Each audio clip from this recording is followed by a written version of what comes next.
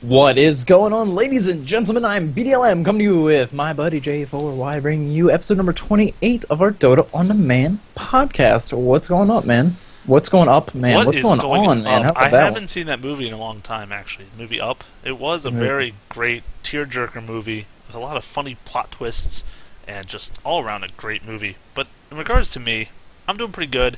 Today was kind of an unfortunate day because I kind of zoned out. I was in the zone today. I was kind of daydreaming, if you will. The reason being, I knew the international games were going on all day. There's qualifier international games. And, you know, I was envisioning myself just watching them, seeing all the twists and turns, and, you know, open my eyes, I'm at work. And there's boring work in front of me. And, you know, it was pretty sad. But, you know, I might have possibly had an extra, you know, tab open in my internet and just had the stream running in the background. So I was just listening. And I got to hear the shoutcaches, and it made me feel like I was at home. So I didn't get to see any games, but I got to listen. And isn't that isn't that the same thing as watching a game, really? I think it's close. You know, this is obviously late because I'm taking my summer class, which I left my house for at 11, and I got home about 10 minutes before the cast started, and you know, rushed out a shower. And you know, we've had times in the past where we've had dinner sitting in front of us. Well, my dad actually grabbed food from a steakhouse, and it's just staring at me now. And this might be like the absolute worst food taunt in one of our casts so far. Steak, potato, like come on, you can't. From the Outback. Yeah, it's hard to beat that. That's for sure. Was that a good accent? No. Did you buy that? I was Australian there. No, not even a little bit. I think Toby would have said, yeah, I think I believe it. I think that's how that would have went down. Close, but the Outback, opposite. mate. Yep, I'm going to stop there. Maybe you should never go to Australia. Maybe I should get some lessons in Australian, you know, from a person and not myself. Okay, let's get a little back on track here. So, episode 28, like you said, we're getting close to number 30 now, which means we've surpassed, well, I want to say half a year. Yeah, we did. Yes? When did we start? It was before December. I was going to say December.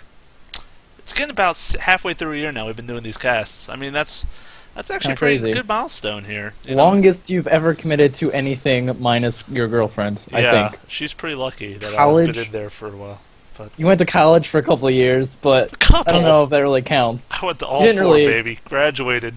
I'm not going to say, you know, with honors or anything, or valedictorian, or...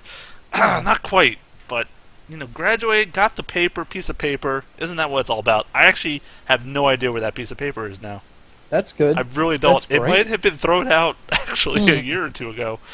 But no one actually needs to look at that, you know? I don't think so. The craziest thing about graduating college, while we're on completely off-topic things, when you cross the stage, they don't even give you your stupid diploma.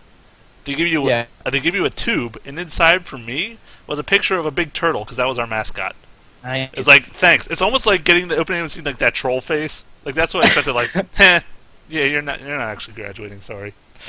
Yeah, my cousins, my aunt and uncle were like really bummed out that my cousin didn't want to cross the stage. I'm like, yeah, I'm not doing it either. There's no point. But anyway, it's on topic things. Maybe. We're talking about the, you were just talking about the qualifiers for the international, which is awesome, and by the looks of it, they're going to allow us to have the replays of them, so in old school broadcast fashion, me and Jay are going to be bringing you the shoutcasts of those. Ooh, very exciting. Hopefully over the next week. Now, it's going to take us quite a while to catch up, as you're saying. I mean, there's just so many games. I think I was telling him it's like 16 to 18 games already on Dota 2 client, because obviously this first round, I believe it's 8 teams for each West and East. So each one's a best of 3. So potentially, there could have been, a lot of math. 24 games. But there wasn't. Yes. So, you know. Spoiler, not everything went to 3 games. Spoiler. But, you know. But it's going to be exciting. We're going to definitely do those. We've been practicing casts. We're getting better at them. And finally, now we have, like you're saying, a selection of pro games to do. And not just random pubs that build, like, Heaven's Halberd on Crystal Maid. Oh, never mind. That might happen in some games in pro levels. regardless, Spoiler alert. yeah. So keep tuned to our Twitch channel. Obviously, we're going to be posting those, and our YouTube, of course. We're going to put all our videos on both of those, so you can watch them, give us some feedback, let us know what you think we did well, we didn't do well, etc., etc. I'm getting kind of tired of saying the same thing over and over. The funny thing too is you can watch some of our pubcast. I think our co-pubcast number 3 was actually a lot of fun and really good, I thought. And then also Jay did a solo one with me in it, where I just get raped over and over again. That's a strong word to use in a public thing, but yes, that is actually the most accurate word you could have used. That's a pretty strong one. I think it's a good fit. I'm so mad about that one though, dude. The video quality. I don't know what happened. I used the same settings for every other thing, and like the game, like it was kind of epic, and there was really good stuff on both teams. It's like choppy as hell, and I'm like, of course. Yeah. But obviously the world just does not want your talent to be revealed in a fashionable way. That's just it's a sign. You guys just can't be known in the public scene as a strong competitive team, unfortunately. Yeah, I mean, we don't want to come out and just roll Navi and then reveal like WTF. I think I even came up with a name for you guys on the cast. Did you? I really wish I could remember what it was. It was something involving a fruit or a vegetable. Oh god, what was the word? I was gonna say the toughness, but there's a better word for it. Oh, I seem to remember you trying to work this out. It was like the waxy. No, forget it. You know what? It's gold when you're saying it live. And when you try to remember, it just doesn't happen. So, what can you do? But I have faith. The team's gonna bring it around. Be invited maybe to TI3 next year. Maybe. First invite. But yeah, go check those out and give us some feedback, and then please keep a lookout for our international qualifier casts. Yeah. So speaking of games we were playing, let's just hop into that. To our quizzle, I believe we had some homework assigned. Now, unfortunately, in this case, we're not going to go over all those games because we actually played a lot of games this past week. It's been pretty fun, but some of those games were not really that exciting, so they're not worth talking about, or we didn't play together, so it's like kind of one-sided to talk about. So I tried to get games where we both play on the same team. Well, usually we play on the same team, but regardless, and that there was some good, some bad stuff, and just overall. Let's start with there was some stuff. Let's start with the stuff that's not as good as others, and that would be game 1 here. You want to go off which team's ours and what the lineup looked like there? I'd rather not, but. We here are the Radiant, I presume. We're the left team here. Sven, Lashrak, Pudge, Venomancer, and Sniper. We're versus a Shadow Fiend, Enchantress, Windrunner, Nyx, and Nature's Prophet. I was the Lashrak. You were Sven. Mm-hmm. Pudge and Venomancer were played by Orange and Bonk, respectively, and then Sniper was a pub. No, Vino was Gay Cowboy, but... Oh, was it? Oh, okay. Craig does not play support. I mean, he's made that clear over and over. Yeah, so that was... You told me I had to play Sven, and, so I wanted to try it out. We figured out, we're like, a tri-lane would fit him really well, and that's what we see in the pro level. You see Sven's usually in a tri-lane matter because he has a guaranteed stun. Even like if a player blinks or force staffs or something, it doesn't disjoint the spell. It always lands, which is really cool. So you can easily set up kills with Sven. And that's what we were like thinking, like, well, what follows that up? Oh, you're like, Leshrac. If you can hit yours guaranteed, there shouldn't be a reason I should miss mine. Right. There should not. In any universe, in any possible fathomable thing, should you miss. And then, of course, the Venomancer with the slow that lasts just forever. So after those 2 stuns are done, okay, you're going to chase them down pretty easily. So, pretty good setup, I think, as far as the tri-lane's concerned. Yeah, and then as far as the solos, we thought Pudge would go middle, and we thought Sniper would go long lane, because that makes more sense, logically. Not the case, apparently. Apparently, Sniper wanted middle, so Pudge had to go long lane. And he was against that Lifestealer who was solo, but he had a Nature's Prophet in the jungle, who was kind of helping out occasionally. So Pudge had a really, really difficult time. And Sniper was against the solo Soul Stealer. Oh, I'm sorry. That was the wrong name. Shadow Fiend. Shadow Fiend. Soul Stealer. You were talking about Scandal. I'm sorry. That threw me back. I just had like flashbacks Back from in the Han, day. and I just couldn't. Oh god, those were the days. But yeah, Shadow Fiend, who just any squishy target he's against, just throw off 3 of those nukes. It probably will kill him at level 3. Sadly. So Yeah. I really liked our team setup. I think it has a lot of mid-late game presence. But yeah, unfortunately, we just couldn't get anything going. Some of that was my fault. There was one time actually where me and Pudge were trying to go after Nyx, and so Pudge dismembered the Nyx before he got the rage off. But I waited to cast my stun because I was like, okay, it's not too long of a stun, so I want to make sure that I tag it on the end of the dismember. But I didn't factor in the rearing cast time that Leshrac has for everything. So by the time it actually came down, he was able to pop rage and get away, which was really unfortunate. But yeah, I mean, as you can see, I mean, the Nyx, the Shadow Fiend, the Nature's Prophet, and you can even say Windrunner too, have a lot of late game potential, and so we didn't do so hot their that late game. game was silly good. I mean, all yeah. of those heroes. I'm looking down the lineup. I would want every single one in the late game for sure, 100%. Like Shadow Fiend with Farm, Enchantress with an Agamons, Windrunner with the Shackle Shot and anything, and then of course Lifestealer. That's a no-brainer. But stop calling him Nyx. It's Lifestealer. He is not Nyx anymore. He lost his name. He got his guy's arm shot off in the war, and now he is just Lifestealer. Aww. So, anyways, and then Nature's Prophet. I mean, like it's just a painful looking team, and ours is not bad, like you said. No. I mean, I did like it. Sniper, I mean, I kind of prefer other AGI range carries to him, but Perhaps. he still does good auto attack damage. I think a Mirana would have been a good long lane. Oh yeah. Have Pudge middle, because then you have still a lot of gank potential, and the ability to push. Put Leshrac with the Mirana to push a lane. Should go relatively quickly between the Starstorm and of course everything Leshrac has, and of course the Diabolic Edict to take down the towers. But yeah, that game didn't work out so well. The second game though was awesome, and I know you had a lot of fun playing the Axe. God, what a game. And I got the idea. I was inspired. I was watching Demon. I think I've talked about him a couple times now. I'm not on his nuts 24/7. Fanboy. I am a bit of a fanboy.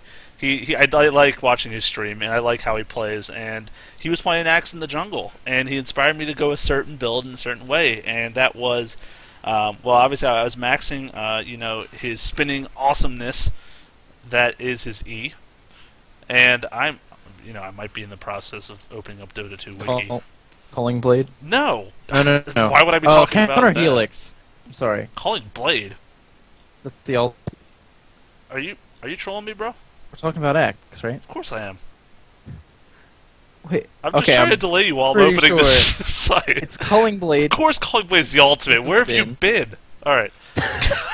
Counter Helix is the spin. Counter Helix is the spin, like I said. And I actually never said the name, by the way. I said his spinning awesomeness, which is his E. I was never Great. incorrect in And any of my statements thus far. Great. Counter Helix, max that out every rank. Then I went with the Berserker's Call pretty early to just get that taunt to set the ganks. And then I got 1 point Battle Hunger at level 4, but I didn't max it out until after both Berserker Call and Counter Helix were maxed out. Now I know we kind of had a disagreement about how we prefer to play our Axe, and you said you prefer Battle Hunger over both of those, or just Berserker's Call? Over Helix. So just One so rank over in Helix, 1 rank in Call, and then you Max Hunger? Mm-hmm. Okay. I mean, do you want us to go into why you think that? Well, when you were playing it, you did a really good job of stacking creeps, and I think that is really what you have to do if you're going to go the Counter Helix build. Like, you have to be able to stack those up so that you can be spinning the whole time and take down a lot of creeps at once. But with the Battle Hunger, you can actually kill, like, if you find the Centaur Con Camp, like the Stomp Minotaur guy thing, you Battle Hunger him, the big guy, and he actually goes down pretty quickly, so you can use it to take down big creeps as well as people in the lane. And it's kind of that thing of, if you're going to be ganking somebody, especially if you're going to gank a dual lane, you're going to be putting so much pressure on them that they're not going to be able to get rid of the Battle Hunger unless they have, like the Mirana Starstorm or something where they can quickly just pick up a creep kill really fast and then look to get away. And that Battle Hunger we talked about before does so much damage when you start putting the points into it. It really helps guarantee these kills, even if people get into, like, tower range. Yeah, I mean, it was really good for ganking, which is why I got it, I believe, at level 3. I got it really early, but just the one rank, because no matter what the rank is, you still get the 10% movement speed slow, and you get that 4% bonus movement speed. So that doesn't change. The only thing that changes is the cooldown, the duration, and the damage, obviously. So, and the mana cost by a whole 10 each rank. Woo, whoop-de-doo. But, yeah, you know, as far as the counter helix, I can see where you're coming from with not maxing it out, because the only thing that goes up, it goes 30 damage each rank, and then that kind of ICD, or you know, the cooldown between spins goes down 0.05 seconds. So, obviously, it doesn't seem that huge a deal, but the whole point of Axe is to do his damage through counter helix. Well, not in his ultimate. I feel like that's like in a team fight, in an AoE situation, obviously, is what I'm referring to. And that's the way I envision building him for, like, getting involved in multiple people on multiple people, not like a 2-on-2 or 1-on-1. I wanted to be in like a big fight as often as possible. So I was like, well, if I max counter helix, then I'm obviously going to be doing the most AoE damage in a team fight that I can be doing. Yeah. So, I mean, I think both builds have definitely viability, and they make sense for depending on, like you said, the way you want to play. But I was going for that, and I wanted to stay in jungle as long as I can. I wanted to get farm and not gank as much, but they kind of presented a golden goose egg in my lap when well, okay, I'll put it this way: the bottom lane was the voodoo, or I'm sorry, the witch doctor and the dazzle. This Han thing, don't worry, don't worry. It's going to come One to of an these end. days. One of these days. I'm gonna knock you right to the moon. Boom. Is that how it goes? Let's just pretend it does. So, you know, going forward here, get myself sidetracked. That's bad. Anyway, Witch Doctor Dazzle versus Tidehunter Venomancer. I was playing the It's the Venomancer. battle of the slows, and you know, obviously, whoever came on top. Well, it's pretty obvious who came on top. After a first exchange, they tried to invade the jungle when I was an early level, and I was only level 2. I just dinged 2. Thankfully, got myself a good Berserker's Call with that counter helix, and they tried to find. I don't know what they were doing. Were they warding or trying to find me? Either way, they came in. We had both the Veno and the Tide, like you said, and our Tidehunter got that gush off, which is a really nice initiation to slow people down. I was just in range to land my Berserker's Call, and then after that, the Venomancer slow. There was nowhere to run. You just, no matter how many of those stupid bounces in the world would happen, he couldn't escape, and we got the first blood, which really helped out. I got it, and I got boots. That's where my Leshrac timing actually got a little bit better in this game, because yeah, I mean that first kill, it was really beautiful because I waited until the gush ran off and then landed my venomous scale, so there was just no running from that, and so it was really nice. But yeah, I mean. You haven't even mentioned how you went items-wise, following in Demon's footsteps. Yeah, well, yeah, the whole thing that inspired me was he started with a Ring of Protection, set of Tangos, and a Doran Shield. Why do I keep calling it Doran's? Stout Shield. Jeez Whiz. That was a League of Legends reference, dude. Where's my mind today? I'm just all over the map. But I always get back on target. At least I remember the name of the item. That's what's so organic and wonderful.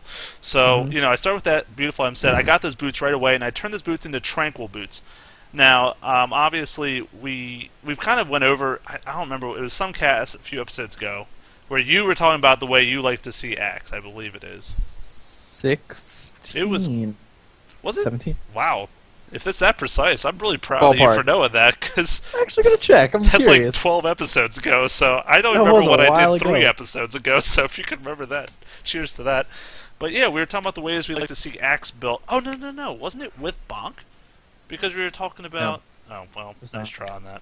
Either way, Trinkle Boots, the reason why I guess we like to see that, again, the big debate, well, it's usually phase boots, tranquil boots, or arcane boots. You don't get treads very often because, I mean, attack speed doesn't help him at all. It's only about tankiness or using his mana. So, you know, when you come to these options, dang it, your camera changed. I don't know. Stupid. Alright, so basically, phase boots, okay, they're kind of nice for chasing down heroes, I'll give you that, especially with battle hunger movement speed on top of that. But, you know, at the same time, it's not as necessary. I think compared to the other two, I'd much rather have either arcane boots for the, you know, giving your team mana as well as yourself so you can keep casting off those spells, or tranquil boots, which gives you tankiness, a heal which the jungle creeps while you're being attacked will not break it. Only heroes auto attacks will break that, and maybe tower hits. Is that the two conditions, or is it just heroes? I think it might just be heroes. Yeah. Well, so the point is, you can So. just pop that while you're tanking like a 3 stacks of creeps and get healed while you're taking damage. It's really awesome. As well as that increased movement speed when it's not broken. You get to really run fast around the map, and Axe needs that desperately to keep up with people, I think. Yeah, I mean, I like it too because it allows you to gank the lane not adjacent to your jungle, because you get so much speed from those boots, and at the time you're running between lanes trying to gank too, you're healing yourself up. So, like it's armor and it's health regeneration, so it's going to help you through the jungle. I mean, it's a really good idea, and it's so cheap it lets you go those big items. Like you wound up getting the Bloodstone, the Occam's Scepter eventually, the Blank Dagger. I mean, going such a cheap pair of boots really gets you started on those other items that much faster, especially when they are just really good boots too. Yeah, and the movement speed lets you run around the jungle faster, so you get to farm faster and stack creeps and stuff. Yeah, just all around really, really helpful. And that was another reason why I was choosing not to go Arcane Boots, is because I knew in this build that I got from Demon, I was going to go with that Bloodstone, like you were saying. And I got it actually right away. So a lot of people build boots into Vanguard on Axe to, I guess, get more tankiness, survivability, whatnot. But it's kind of overrated on him, honestly, because in the early parts of the game, you're mostly in the jungle or coming out for an occasional gank, but there's not a lot of focus fire or heat coming your way. So, I don't think a Vanguard is always necessarily that helpful. And you also look at the Bloodstone, you get a soul booster from that, which gives you a ton of health. It's at least 450 health, I think, if not 500 from both the Vit and the Point Booster combined. You get a lot of mana coming out, and then you get the regen. So you get, I mean, it is obviously a lot more expensive than Vanguard, don't get me wrong. Mm-hmm. But, instead of putting that Vit booster towards a Vanguard, I'd much rather see it maybe towards this Bloodstone. So now you get all this regen, all these nice health and mana, and then on top of that, those charges are so amazing for so many reasons. First of all, obviously, the mana regen, you get increased mana regen, so he never runs out of mana, which was a huge problem for Axe all the time. He might have some really good initiations, but then as the fight progresses, oh crap, I've used my ulti or something, now I'm like sitting on no mana, I can't taunt, I can't battle longer, I'm pretty worthless here. Because who's going to target him? That's the big thing. I mean, it's you want to have multiple hungers up. You figure you want Axe to at least get 2 ultis off in the ideal team fight, right? You want him to get the first kill so that he applies the buff to your team, and then you'd like him to get like the 3rd kill or the 4th kill so you can keep it going throughout the fight. And then, yeah, obviously you want to be Berserker's Calling as often as you possibly can. So if you're trying to gank somebody and it fails, you're out of mana. So getting an item like just even the Perseverance as far as going Bloodstone, I mean, it's a huge help. And, I'm going to take you down a crazy path. Follow me if you will. My mind is not ready. It's not. I'm actually going to be really interested in seeing what happens when Tresden comes into the game, the Legion Commander. Because I was thinking about it, and like when we were talking about it, the thing I do really like about Axe is actually really good really early, like just with base stats, like he can get behind towers and like pull creep waves off to the side, and if he doesn't get any pressure, he can just clear that creep wave with the counter helixes. So he can actually be really aggressive really early and be effective with it. And you think Tresden, who can also be played in the jungle, has the taunt ability with his ultimate, but you really obviously need that ultimate before you become an effective ganker. So it's almost like an Enchantress Chen thing, where one of them is really good really early, and then the other one, it's like you have to wait a little bit for him to come to strength, but once he does, he's a really useful hero to have around. Yeah, I remember we were watching some Dota 1 videos with that Legion Commander, just watching him dropping that duel, and just, oh, so annoying to watch, because it was like, oh, you're pretty much screwed, because it's so long in duration that it's so easy for his team to come support him. I mean, it's just like no-brainer there. And then he had, I believe, it moves that increased movement speed of allies, was it? Or was it to decrease speed of enemies? Either way, he has a way to change the speed of heroes in a game. We obviously are not too researched on that hero, but then again, he's not Dota 2, so, I'm going to dust my shoulder off of that one. But I do like it. I feel like they are kind of similar in that role, where they do have pretty good initiations, 6+, I guess we could say. Axe obviously with his ultimate is such an effective ganker really early on. If a hero is below was it 400 health right away, which is easy to get someone there. I mean, especially in the early phases of the game. Oh, I'm sorry, 300. 300 health. Heroes start with about 400 to 500 at level 1. So, I mean, how much more can they have by the time you hit 6? Maybe a couple hundred more? So all you gotta do is a couple nukes in ulti, and someone's dead. Yeah, I think it's an interesting comparison. I actually, my homework was to play a game with Chen, and I did, and it was terrible because every lane lost. But, it really is about trying to get a certain amount of farm in the jungle. I mean, obviously you like to be able to gank if you can, but you're either going to have your Penance, which is increased damage or slow, which is nice, or the Test of Faith, which is going to be, potentially big burst damage. And then you have, like, your Centaur Khan to stun, hopefully. So he's not, as good gankers, I would say, as like the Enchantress, who can apply that slow, can have multiple creeps coming at the opponent, be able to net and stun or something like that, and then be able to push the tower down really quickly. I mean, I think big part of Chen is just being able to hit 6, to have like Arcane Boots, be able to drop Hand of God, and start working towards that Aghanim Scepter as quickly as possible so that you have that for every engagement.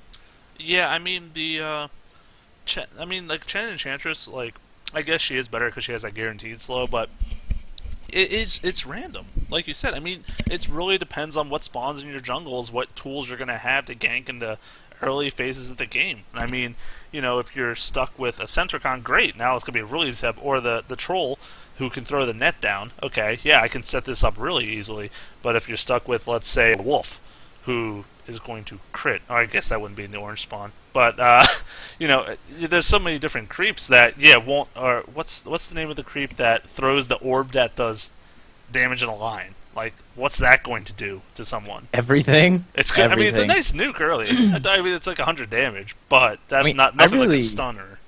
I really like getting the Wolf on Enchantress, especially, because it's giving you the damage aura as well. So it really helps give you some extra damage when you're trying to do that gank, and because you have a slow on your own. And then if you are able to generate a kill, it's going to give you that extra damage to you and the creeps to help push the tower down really quickly. So I actually really enjoy getting the Wolf. And the other thing, too, with Enchantress is you can have the Wolf and you can have a Centaur Con really early, so you can have the CC and have the damage.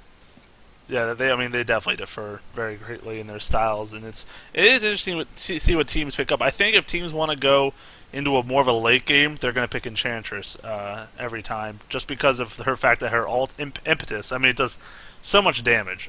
Like, and her wisps on top of that, like, she brings a lot to the team fight. Now, Hand of God, don't get me wrong, that's an amazing team fight ability. But beyond that, what's Chen beyond that? He really is just a guy that's going to help someone that gets caught out return to base. That's really what you see him do in professional games. He's like, "Oh God, I got black hole! Quick, Chen, throw me home!"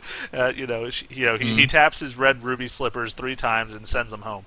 But Enchantress, on the other hand, can just be in the back dishing out tons of damage, especially if she gets the Aghanim Scepter. So really big difference in style, I think. Yeah, I had a lot of fun. I mean, we still have a lot to talk about still, so maybe we're not I'll cutting go this over one short. quickly. Don't worry, this one is unleashed. Episode 28, going raw. I don't know. It's a terrible name, but anyway. We're not going to name an episode that, don't worry. Totally No one would watch it, probably. Anyways. I got to play Tinker, which was actually a lot of fun. I played it in just against bots one time, and I was like, oh, this is pretty cool. But I actually got to play it against people this time, and I'm totally going to do it again, because, oh man, rockets away. And Rocket just power? the, yes. Team Rocket? I mean, he's a hero that we see occasionally. He used to be really popular. Yeah. I saw him, I believe, in an Asian game recently, and he did well. It's strange because he just doesn't get picked up despite being effective. I can't say I've seen too many games where it's like, oh, Tinker got shut down. If only we didn't have Tinker. I mean, I was when he was running the tri-lane, I think is the last time I saw him. Did amazing in that game, but we just don't see him picked up for whatever reason. I was going to say, it's not a spoiler or anything, but to probably shock you unless you watched this game, well, you watched it, didn't you? The first MTW game? The one where they don't push in? I'm pretty sure the first MTW game, MTW picked up Tinker. Which really threw me off, because you never see MTW pick that up. Like, that's usually, I think, like you said, more of an Asian scene. They like to run that more to just rice it up, and that is not at all meant to be offensive the way I said that. But honestly, they just like to farm it up, and like they're really effective at doing that, especially the Tinker Hero. eHome is the most common in my knowledge of a team that likes to run Tinker and just gank heavy and just dominate. But yeah, like you said, we have seen it on a couple other teams, and it does prove effective. It really does. He can get those big items so quickly. That just helps. And it really, I think what's interesting is, it doesn't even matter the build. I mean, you could go the laser heat-seeking missile build, or you can go for the March of the Machines, because rearming a level 4 March of Machines can destroy people in team fights. I mean, it does just a lot of damage. No, it doesn't. Yeah, it does. I mean, honestly, it does do a good amount. Yes, it does. Heat-seeking missile, obviously, of course, is like his main annoyance, especially when teams are trying to push in, and he could just spam those off like 3 times, teleport to base, come back, and like by the time the creeps finally get to the tower, half of their heroes are like half health because of the stupid heat-seeking missiles. March Machines is another great one, like you said. It just does a ton of damage, really. If enough of those things hit people, yeah, I mean, it's just a really good thing. But the rearm, he's got to get that farm. He is so farm dependent. I'm trying to think of a hero that is possibly an int hero that's more farm dependent than he is. It's really not coming to me. Storm Spirit might be a contender, but yeah, not necessarily, because he can still do a whole ton with not a great amount of farm. As long as he doesn't have to jump across half the map to get there, he'll be fine. Yeah. But I mean, Leshrac, you could kind of say, but how many other heroes need to get Boots of Travel as their first item? Let's put it that way. No, he's certainly the only one where you're just like, Boots of Travel, and that's it. I mean, like, my game, I actually went Drums of Endurance first. Huh. Because I wanted the health and just the extra mana pool. Because I was like, if I get bots, I'm not going to be able to, jump back and forth very quickly. Nice pickup, but I was really like, my farm slowed down. I got a couple of quick ganks. I'm like, oh, my income's fine. So I can just go ahead and get this, and I'll be able to get my bots really quickly. But got picked off a couple times in team fights or whatever, and weren't able to get too many tower kills. And then I started to feel it. I'm like, where are the bots? Where is my global presence? Why can I not just jump to a lane, March of Machines, rearm, March of Machines, rearm, port back to base? Like, that is so effective for farming and pushing as well. Yeah, it kind of sucks that when he gets limited to just one lane. Like, I mean, he's really good at dominating that lane, I think, because he can put so much pressure on it. But I mean, the way we've seen him play in the pros just kind of makes you think that that's exactly how he should be played, just because of how effective it really feels. Just being able to sneak up on people, throw out those laser heat-seeking missiles, and just do so much burst damage by himself. And then, of course, like, if you see the Boots of Travel go, and then you see, usually, I want to say Sheepstick is generally the next item, not always, but just the fact that items, which is why he gets Boots of Travel, items get refreshed when he rearms. So you could essentially double sheep in a team fight pretty quickly, and that's that's 7 seconds of CC on one target. I mean, that's just insane from just coming from one hero. Besides Shadow Shaman, not too many others can handle that kind of CC. So yeah, definitely. It's really awesome. I think it was MTW. Do you have any other... I really do. I believe in you. Do you believe? I can't contest it. Do you believe in a thing called love? Yeah, I believe in a thing called love. Oh my god. That was kind of creepy. Get out of my head. Okay. It was. A little bit. Just a tiny bit. We were not saying that to each other, though. That was just a general statement. Nope. Because that would be really awkward otherwise. So, anyways, yeah. what were I we... mean, you didn't make a slide for it, but I think... I don't know. Do you just want to... Let's roll through the slides. Let's There's not too many more, buddy. Let's go next slide. So, you say roll through them like there's like exactly. a whole deck of them or something. Let's just shuffle through here and find the next one when I talk. Oh, you mean 3 or 4? Okay, I'll do 3 or 4 for you. Hold on a second. There we go. The beautiful... So, we were talking about this a little bit earlier. Here are the teams in the qualifiers. MTW, Virtus Pros, Kaida. Next, KZ, Quantic, Z Nation, Mouse, and Infused for the West. And then for the East, Mineski, Mythtrust, Ice, Tongfu, Aeon, MSI, Evo GT, World E, and Duskbin. Whoops. Really awesome teams. I'm familiar with most of them. And I'm just really excited to see who comes out on top. I put my special touch on every slide, I swear to God. There's another typo. Well, it's not completely a typo. It's just missing the rest of it. It's not World E. Great. It's World Elite. World E. Worldly. It almost sounds like Worldly. Like, we're Worldly. It's World Elite, I'm glad by the you're way. so good at typing. I really am. World Elite. It's honestly, I do have a lot of good capitalizations though, like the MTW. How many people are going to think to do that Good. properly? I mean, just throwing that out there. The myth with the capital M, lowercase I, capital TH. I went all out for the capitalizations. Let me just say, That's me and true. Grabber All right. get along just fine. Hooked on phonics worked for me. I don't know why I went with that one. Anyway, So let's so start off with like the. who are you like most like which of these teams are you gonna try and like follow? Oh, overall or not? You don't want me to break Yeah. it down West Or East? like I guess as an root for, overall. But the thing is, I am a little biased because I generally would watch Toby's streams, and he, like I said, generally does Western. So he does Europe and U.S. and occasionally the Asian scene, but not very often. You will see Gosu gamers do them a lot more. So like I said, I'm kind of more favored in those teams. Now, as far as teams I kind of interested in, I would say it'd be Quantic, and not only because they're U.S., but I think they also have a really good drive here and a chance for it. MTW, I love Synderen. He's a great guy, and I think he really does a good job leading his team. So I think those are my two top favorites, but not to win it, just favorites as personal thing. How about you? What do you think? Yeah, I mean, I've liked following MTW since the Wild Honey Badgers, and Synderen was actually on a team during International 1. I forget what team he was a part of. But yeah, I do just enjoy watching them, especially because they've had so many issues trying to get a good lineup set and stuff. They now have a really strong team. I really like it.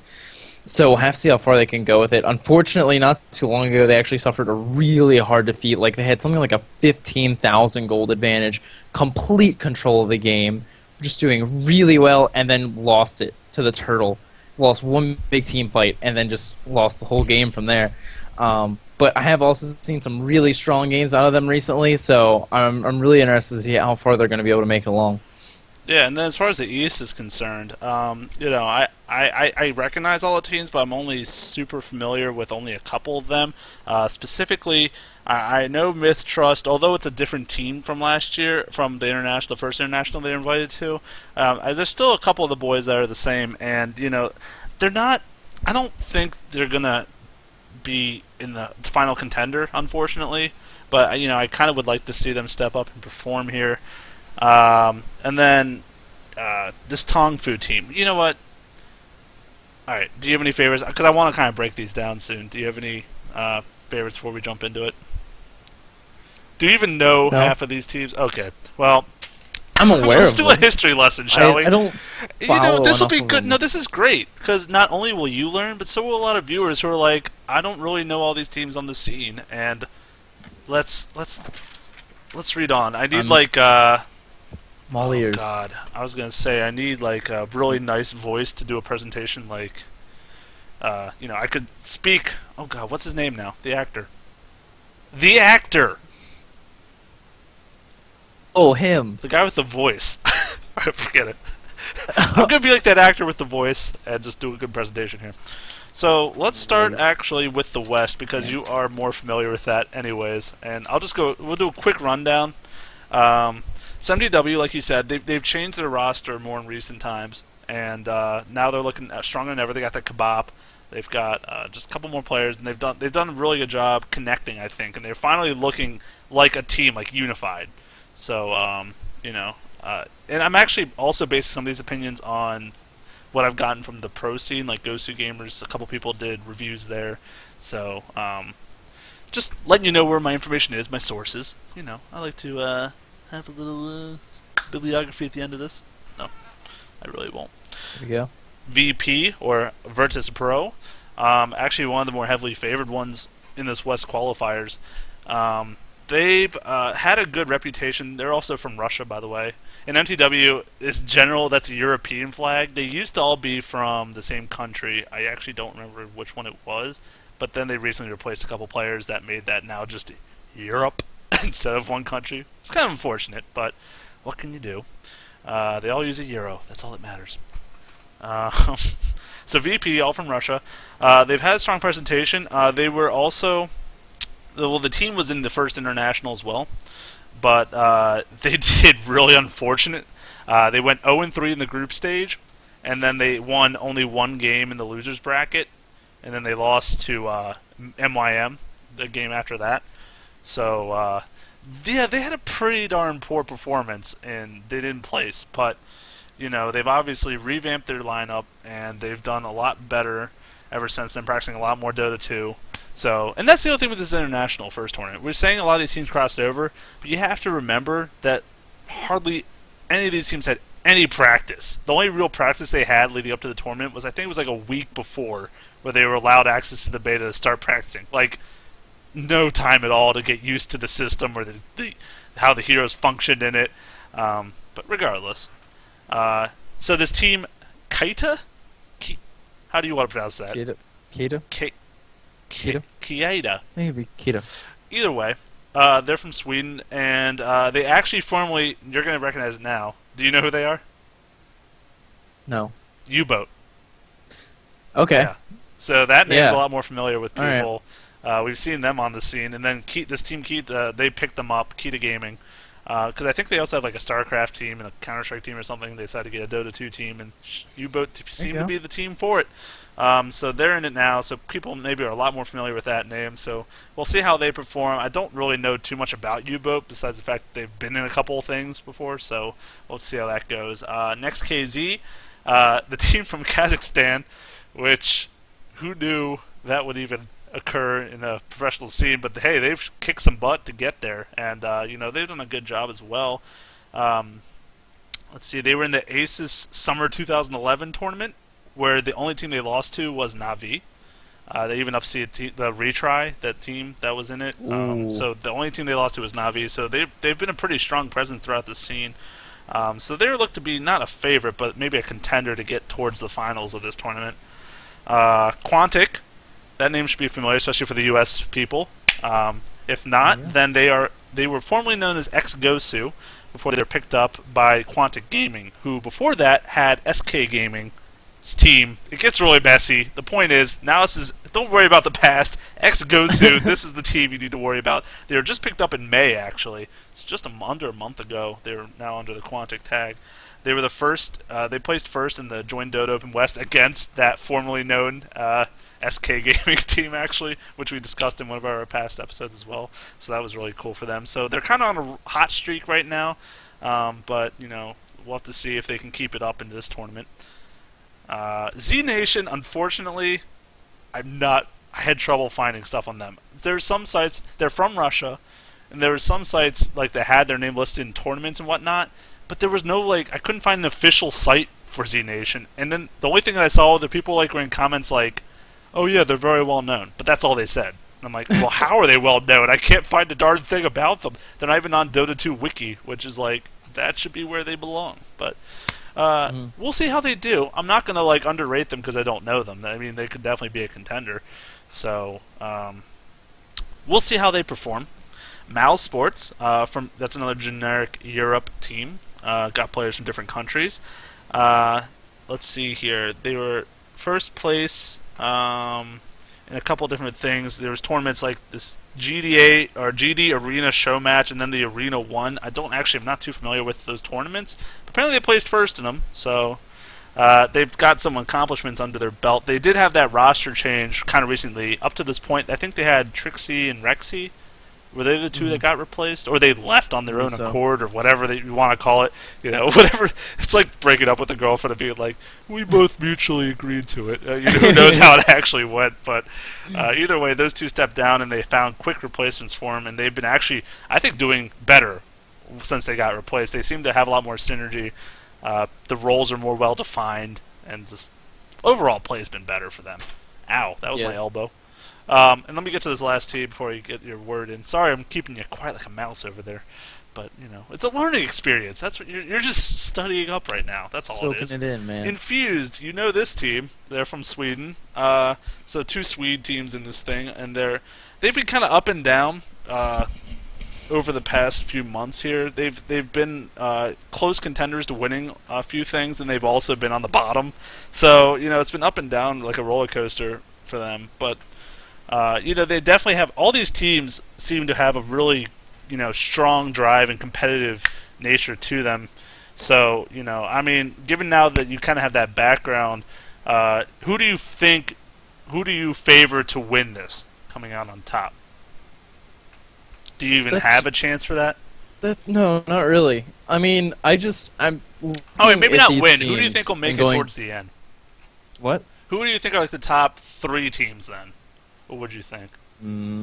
Or give me any kind of I'd prediction. like to see What do you think's Quantic. gonna I'd like to see MTW up there. I want to say Mouse, probably. I mean, I'm just looking at this list, and I'm really just realizing how many awesome teams there are that aren't going to the international, and now have to duke it out in the qualifiers. I mean, this is getting me really excited to watch the games. It's wonderful. We get to benefit from this duking out of epic teams. This is almost like an international lineup here. It's pre-national. Wow. TM. The pre-national. Sounds like a problem you have in the bedroom. I don't know. What? Anyway. I'm really looking forward to watching all these games, and there's just a lot of strength. Yeah, there's some teams that have been a little shaky.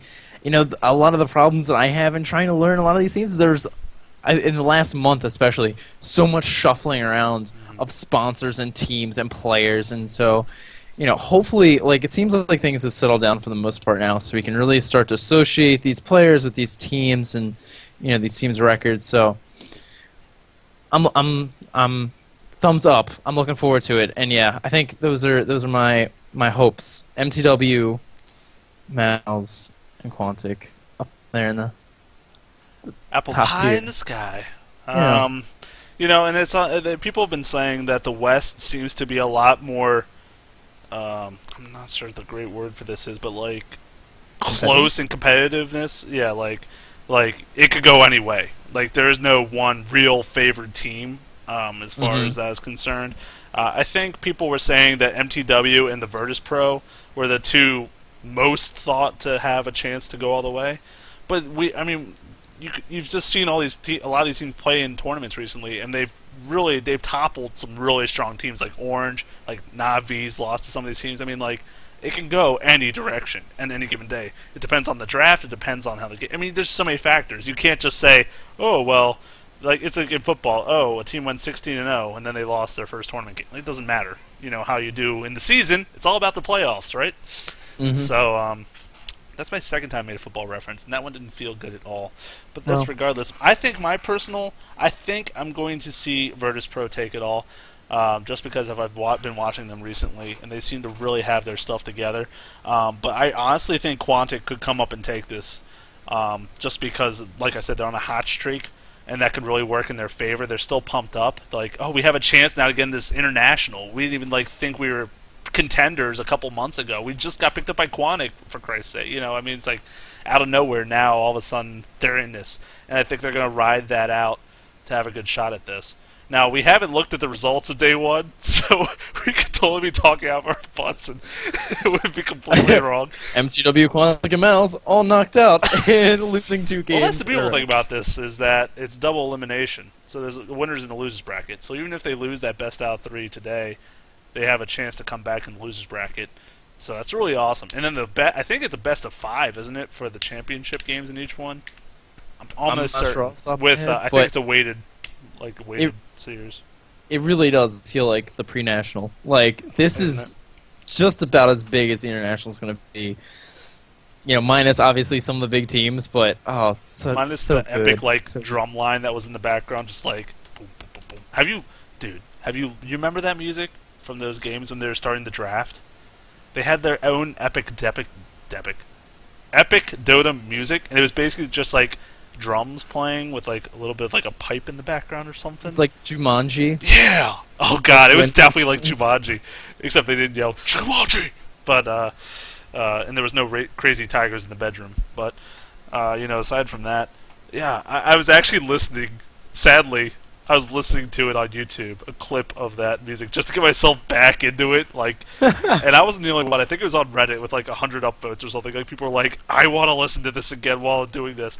So they're hoping that there's some kind of epic music for the second international, because it gets you fired up. You kind of hear this thing that's getting you going. So, off topic. West, we'll see how it goes, but it's probably up for grabs. Maybe going to WW versus Pro. We'll see what happens. As far as the East goes, this is the more not our expertise is a good way to put it. So I'm going to do just a quick run. I did a lot of research for this, by the way. I just want to point out there, I have taken my time, studied up, and because I am curious about the Eastern side, because I love watching their games whenever they're casted. They seem to have a whole different sense for the meta, and just like they're not afraid to run lineups if they think it's going to work for them. So it's really cool seeing them out. But regardless, I guess I'll go down this line here. Mineski, another recognizable name, of course. They were also in the first international. They've had a strong LAN presence. Oh, they're from the Philippines, by the way. They've had a really strong LAN showing. But apparently online, it's a little shaky, and they haven't been as strong, which is kind of unfortunate, especially because this is not a LAN event, and this is all online. So they're going to really have to step up their game to get there. But they are apparently a huge fan favorite among everyone over on that side. By the way, this is a really not ignorant question, but stupid question. You know how there's things that say SEA? What does that stand for? Southeast Asian. Thank you. Gosh, I was really wondering that for so long. I could have Googled it, but that just takes way too much effort, and I'd rather... That's why we're having a conversation, to get these things out in the open. So, Southeast Asian, I'm like, it's not Seattle. We're not going there yet. Got Seattle on the brain already. I really, dude, it's been all my brain. I can't wait till they release ticket information. We're going to be hot on that, man.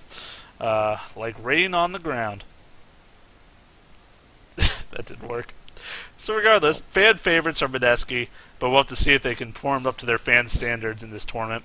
Going down the line here, Myth Trust, another International 1 team, but their roster's been kind of completely revamped since then. They're still trying to get kind of adjusted to it. They're from Thailand, by the way. I really want to say that first, but I keep forgetting to. But they've been apparently, semi-stable team, which is why they keep getting invited back regardless of their performances in these things. So they're apparently not rated very high among these teams in this thing. But you never know. Don't count the underdogs out. That's what I'm trying to say. Give them a shot to come back, and we'll see what happens. ICE, good old Malaysian team. Apparently they're definitely considered an underdog in this tournament. A lot of people in the professional scene don't view them as contenders against these other teams. Apparently they've been struggling in recent tournaments a lot, haven't really placed well. So, it's going to be interesting if they can overcome that and really focus up to see if they can make it to the big dance, if you will. That's what we're calling it here. Big dance. It actually is in like that it's in that opera hall or whatever, so yeah, there you go. Kind of a similar feel to it. Maybe they'll do a little dance after they win $1 million. I would. Shoot. Yes. Pay for dancing lessons with it. Anyways, Tong Fu. This is a Chinese team. And while the name isn't really out there, well, it probably is over in the SEA region, but basically this is a remake of the Warcraft 3 Dota Team Panda organization, which you might have heard of the Panda organization or Panda team. There was a lot of really well-respected members on there, and they've kind of gathered, they kind of like crowd them up. They're like, come on, hey, you 5, come in here, practice for the next 2-3 weeks, nothing but Dota 2, and let's see if this formulates a winning team. And everyone, this is the most heavily favored team to win the whole thing. And I think it's because of their background with Dota, just winning so many competitive things in Dota 1, and just having those just natural skills, and like all that practice they've had. And that's what people said about China teams that are sponsored. Like, they're just like athletes on a whole nother level. Like, the fact that these sponsors pay for like so many things for them to do, like have these private quarters to practice in. You even see like these matching jumpsuits, which are awesome looking, which I totally would want one. Like, just how comfortable do those look, by the way? Yeah, you see the StarCraft games, coaches. Oh my god. I mean, yeah, it's a big deal. I mean, it's going to be really interesting too when Dota starts getting bigger in Asia. Oh, just look out. How competitive it's going to be. And, it'd be really nice if the West sort of started to move into that and really start to celebrate esports as more of pop culture thing. It's a sort of the counterculture underground kind of thing that it is. Yeah, there's not a lot of big sponsors. I mean, there's a few, and you definitely have seen them, but they're more international, if anything. They're not really U.S. oriented things. So I definitely agree. I think like if U.S. teams could get a cut into that or start that trend, it would really ramp up things for the U.S. And we could even have some of our own. Like, I mean, we have some LAN events that go on every year. Like MLG happens over here, E3. God, I can't name them all because I haven't gone to any of them, unfortunately. But there's quite a few. But like, we could have some dedicated things, and I definitely would boost things for the U.S. for sure. We'd have more than, let's say, 2 teams now participating in this stuff. Not a good showing coming from the U.S. I mean, I'd like to see a little more out of us, but at least one of them already got invited. We got one team in there, so that's we got good. One in. We got one in the door. Got a little like pointer finger in there, just like, hey, hold on. We're not done here yet. Which last year we didn't. Oh no, we had MYM. They were in there, and they were U.S. So okay, I was gonna say, and they were actually heavily favored in the first international, and then they went to losers bracket out of nowhere, and people were like, "What?" Sad face. But back on track here. So like I said, Tongfu really heavily favored to win the whole thing. So we're gonna see how that goes for them. Aeon, they're from Singapore. They've been proven against some top teams. They've actually upset like Navi, Orange, like I said, these other big teams that they play against. So they're kind of starting to get their name out there. But apparently they've been struggling in some cases, and as well, they've been number 2 to that Zenith Storm team that everyone knows about, especially with Loda coming onto that team now. They've been a wrecking force. I mean, I think they're going to have a real good shot at the international too. So it's going to be awesome to watch them play. But like I said, these teams really have to like step up their game from where they've been, because obviously this is your last chance. So I mean, they're going to put everything on the line for it. MSI, they're from the Philippines. Apparently they were another dominant Warcraft 3 team. So I guess similar to Tongfu, but not quite in the level that was like the Panda organization. Mm-hmm. But apparently their idea was to not even switch to Dota 2 at all. Like they wanted to just stay Dota 1, and that was pretty much it. But apparently $1 million tournaments convince you to do crazy things. There you go. If someone walked up to your door and they were like, "Hey BDLM," I don't know why they'd call you that. They'd probably call you Matt. "Hey BDLM, here's $1 million. I want you to start jumping rope professionally." I would double dutch on the spot. Wow, you know how to do that right now? No. Okay. I'd figure it out though. That's what I'm saying. Okay, maybe not quite the same reference, but either way. So we'll have to see if they step it up. This World Elite team, another China team, of course. Apparently they've been kind of just like I was talking with the Pan team, they've been kind of like thrown into a gate like, we want you guys to practice hardcore. Their sponsors have gotten them like in these really favorable conditions to practice and practice and practice these last month. And so they're really like taking a shine to it. So it's going to be interesting to see if it pays off for this tournament. I personally don't know a whole lot about them, but I know they are one of the more reputable teams also known over there. And then Duskman finally, who's from the Philippines. They won the Join Dota Southeast Asia Open tournament. So, recently they've been more strong than they've kind of been known in the past to be. But honestly, like I said, these are teams we're not personally super familiar with, so we don't have too much information to go on except kind of my basic research of what I did. So I guess, are you pretty much on board with the train since we don't know a lot to see Tongfu take this, or do you have a separate opinion? I don't know. I mean, I'm familiar with Aeon and Duskman. I've liked watching them in the past, so I hope they do well. I mean, I don't like you said. I haven't seen enough out of all of these teams to really be able to, who I think will win it all. But I expect that Aeon and Duskman will be able to do fairly well in it. So yeah, fingers crossed for those guys. I was talking to Gods, the caster for Ghost Suit Gamers, and I was asking him like, "What's your opinion?" Because they're the ones that are hosting the East Qualifier tournament, and he was casting all day, and I was like, so. What are your thoughts? Who do you think is going to have a good shot? And he's like, "Oh, Tongfu's got this easy." I was like, oh, that's a pretty strong statement coming from a guy. And it's not like he's biased or saying. I mean, he's just been watching these teams play, and apparently he's just thinks they have a really strong chance. So, we'll see what happens. If they keep up their play, we'll see what happens. But yeah, so that's kind of the overall thing. The game started today. I can't wait to start casting these with you, man. It's going to be quite a thrilling thing. Just like we were saying, it's like the international. The pre-national. I mean, it's going to be that exciting. Almost the same intensity minus the drumline music. That's pretty much how I would word it. Yeah, I like it. Yeah, like you said, looking forward to it. We haven't even talked about the patch this week. I mean... Oh my god, there's a patch. Kind of nice. There was actually... I noticed in my background, my quality is getting really bad. I'm like, why is my quality going through the floor? And it's because Dota 2 Test was patching. Didn't see what it was, but... Anyway, oh my god! Everything happened. That's great. Go ahead.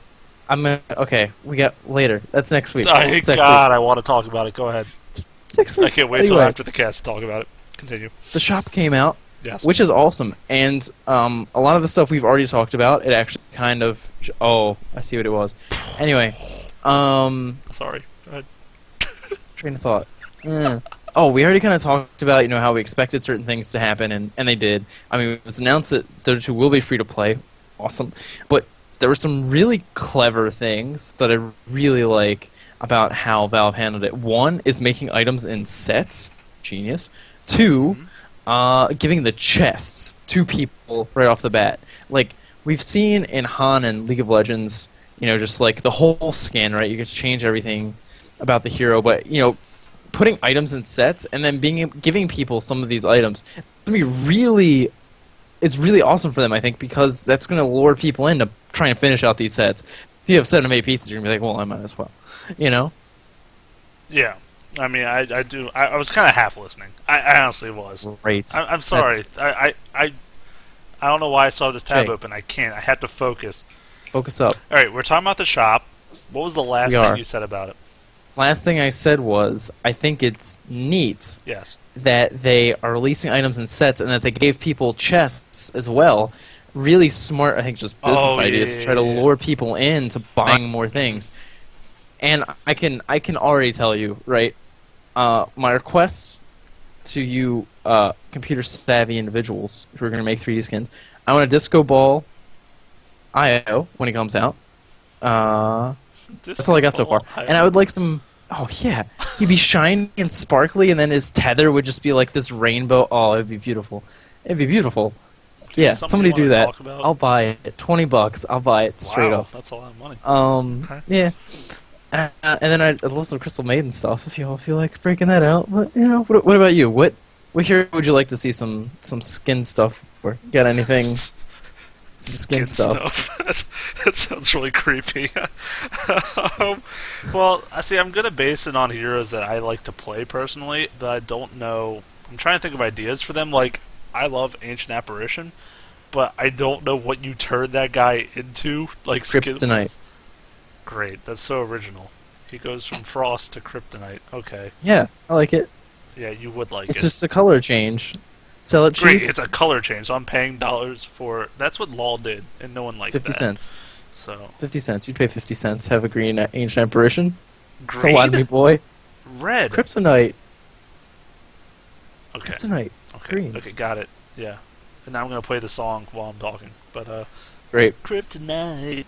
Alright. Another one would be Windrunner. I would love to see a skin come on her. And that, honestly... That would be bank for them. How many people play Windrunner? She's used every single game, it feels like. Don't you change that hair color. Oh, no, you she like gotta our stay ginger. gingers. Oh, God, if she dyed her hair, it'd be horrible.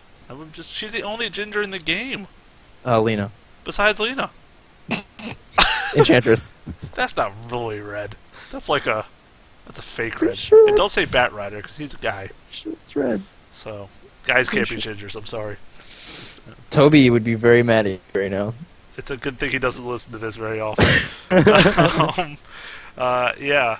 So I think, honestly, Windrunner Ancient Apparition would be a good one. They started out with a lot of Nature's Prophet stuff, which is another smart idea, because another very common one. Ton of Axe stuff, though, which is kind of actually made him picked up a lot more recently in pub games at least than ever before.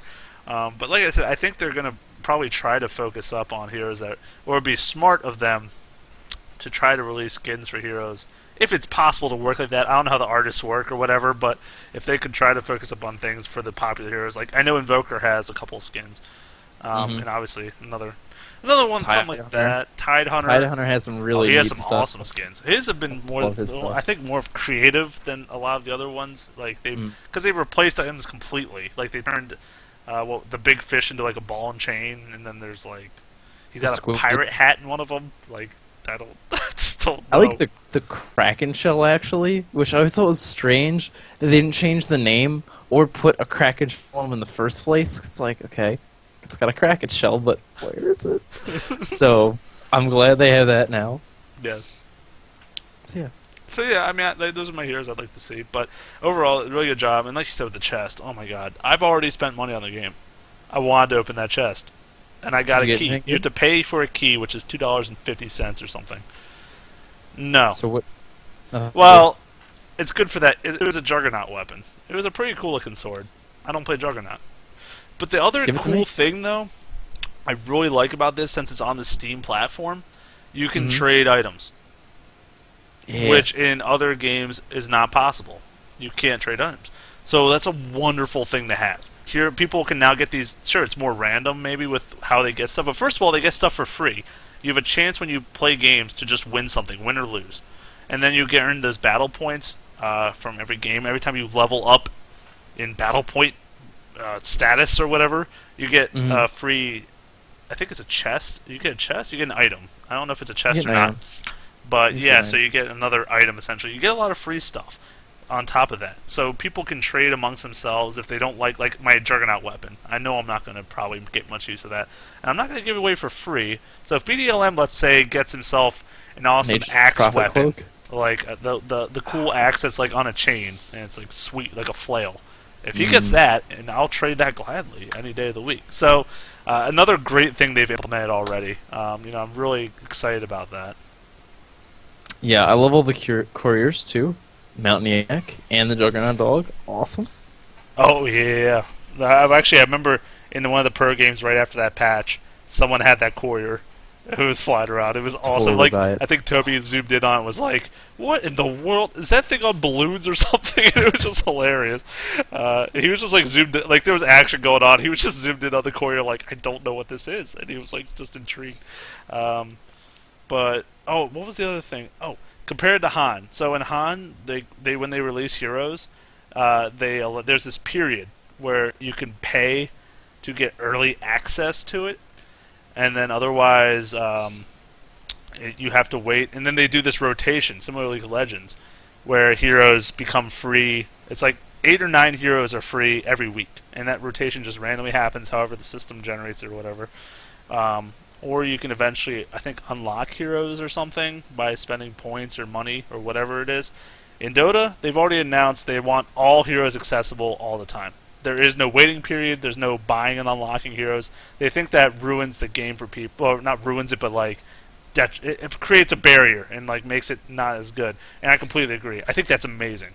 I think the other thing too with that is when you have that platform, especially when you're like take League of Legends for instance, where it's only Riot making skins, like they're kind of forced to pump out heroes because not only do they get the new hero to sell, but they get 3 skins right off the bat to try and sell that hero too. So it's going to give Ice Frog or whoever else is helping to develop the heroes themselves, they won't feel under the gun to try and pump out heroes to try and make the company money. Because of the way that the Steam system is working, they're letting other people make stuff, make money, and let Valve make money as well. It's really, really smart. Yeah, getting the community involved should be the #1 priority, and I think they've kind of made it clear with all the patches they've been doing and all this beta testing, like they're getting so much feedback and like just actually like applying it almost immediately. Like I remember, I think it was when they introduced the new hero selector, and I don't remember exactly what it was, but there was something people were complaining about already, and they like not hotfixed it, but they patched it like a day or two later, changing one of those big complaints because they just they hear the feedback and just want to whatever the common goal is. You know, they really want to help everyone out. So, um, Yeah, and I mean, in the patch in the Steam client, like they showed, please give us feedback. Here's the link to feedback for this thing. Here's the feedback link for this thing. So they really are doing a really good job managing the community and getting them involved, which is awesome. Because, you know, as you saw in the case with S2, a lot of people just got really mad that S2 was blatantly trying to suck money out of people and turned a lot of people off to Here's New Earth. I hear you, man. All right, well, this has been going on for quite a while. I think we've got a lot of information covered here. I am so excited. Next week's going to be even... How are we even going to do less than this? Because not only is this new patch crazy, which we're not going to talk about, but you guys will be able to see. We'll have to talk about this new patch, which is insane. And then on top of that, it's already been... Actually, the tournament's going to be over. The qualifiers will be over by next week. Mm-hmm. So, wow, there's going to be so much to talk about. But yeah. Hopefully, we might even have to split it into 2 episodes because there might just be way too much to talk about. But, you know, we'll see what happens. Alrighty. Yeah. Be sure to join us next week when we have all that fantastic stuff going on. Please tune in this week as we try and do our shoutcasts of the qualifiers. We would really appreciate any feedback you guys have. We'd appreciate you getting the word out about this whole little podcast we do in general. So please, keep dropping by, get other people to drop by, and we will see you next Wednesday.